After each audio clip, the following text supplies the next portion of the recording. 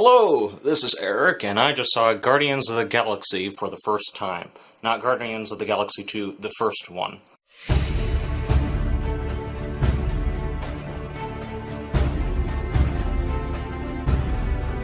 So let's talk about that. Kind of the first thing I really knew about this film was the hype surrounding it. I don't think anyone really expected this film to do as well as it did. People kind of ask, Guardians of the Galaxy, who are that? I mean, it's in the MCU, but no one can quite say that the Guardians of the Galaxy are as famous as, say, Iron Man or the Hulk. Despite that, this film actually did pretty well in theaters and received a sequel.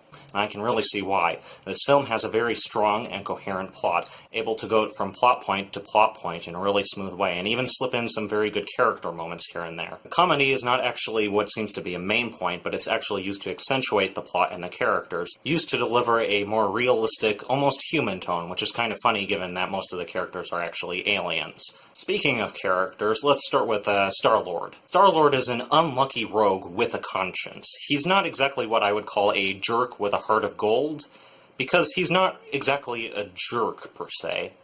Yeah, he kind of does bad things, but he's a thief by profession, and so he kind of has to look out for number one. Despite all that, he's actually a good person inside, and has a conscience that pushes him to actually do the right things for the right reasons. It's almost a hidden theme, almost, where a lot of the characters will have some hidden depths inside of them, some hidden good part, even despite all of their general thievery. So moving on to Gamora, she's not a very strong character. You don't really feel too much emotion where her backstory or her personality is concerned. She acts more like a motivator for the group, as she kind of pushes them into making the correct decisions.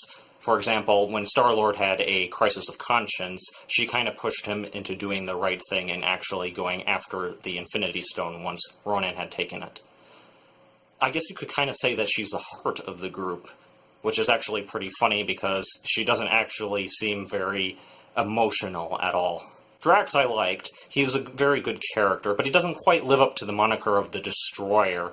He has a very good backstory, and you can kind of feel for him, but after having his butt kicked by Ronan, sorry. I kind of felt like the spotlight kept getting taken from him. Despite him being kind of an action hero sort of a character, he doesn't really contribute too much more than shooting a rocket in somebody's face. Raccoon is actually a pretty good character. He's intelligent, and he's written and directed in that way.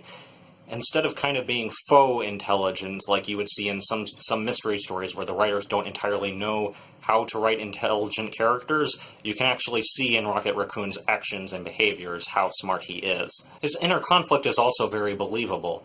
His facade of a tough guy is kind of heartbreaking because you kind of know how he is on the inside and makes you sympathize with him a whole lot. Also another contributor to the hidden theme of hidden depths inside of thieves. And Groot. He is Groot. No, seriously. You can actually tell his personality despite the fact that he doesn't say a whole lot, especially when Raccoon is translating for him, and despite actually being sort of a thief and a scoundrel, he kind of acts as Raccoon's almost better side, I would say. As for villains, let's start with Thanos. Thanos shows up, he doesn't do a whole lot, but I imagine that's because he's not really the main villain of this particular film. He's just going to be there in order to set up for, I guess, Infinity Wars. Thanos' daughter, other daughter, the blue one, I can't really remember her name, but she doesn't really have too much of a character. She acts kind of as a rival for Gamora. Other than that, there's not really too much to say about her. And there's not really too much to say about Ronan, the actual villain, either. I didn't even really remember his name too much until the very end. He's just kind of a cliché evil overlord. I mean, he has some extremist qualities, but you can't really say too much about him except that he drove the plot. He wasn't even really overly scary or anything. He didn't really have any special qualities. Overall, the characters, their arcs, the plot, the comedy was all very, very strong without being overstated. Unlike the sequel. I actually watched the sequel before the first movie, a couple of months back, and I gotta say it's kind of sad to see this very strong and solid movie get turned into kind of a caricature of itself, used more to drive the humor than to actually tell a story.